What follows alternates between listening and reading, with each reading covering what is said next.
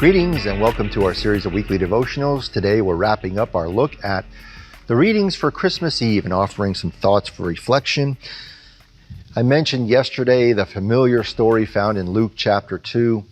It's the one we normally read every year on Christmas Eve, and how familiar we are with this story. And if we look at it maybe a little more closely, we might perhaps notice some new insights or things we hadn't noticed before. And one of the things we might notice in looking at this story closely is who is not in the story, who is not really mentioned in Luke's version of the story. When we think about the traditional Christmas pageant that that our kids are participated in or that we see in church, we think about the familiar characters. But when we think about, for example, the innkeeper, the person who turns Mary and Joseph away, there's no room at the inn.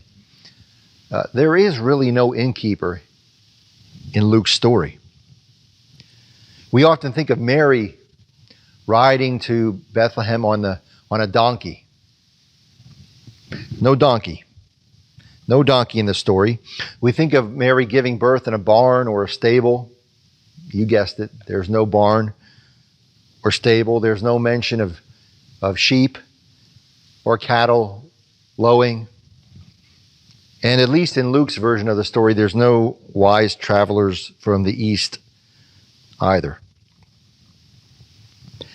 When we think about some of the things that aren't in the story, maybe it might prompt us to think about what else is missing as we celebrate Christmas. Are there people in our lives that we could reach out to that we're missing? Are there people in church that aren't in our pews that we could reach out and invite to come with us and worship on Christmas Eve? Who are we missing in our celebrations? And that might serve as a reminder that this good news of great joy for all people is not just for the people we are familiar with, but it's good news for all people. Amen.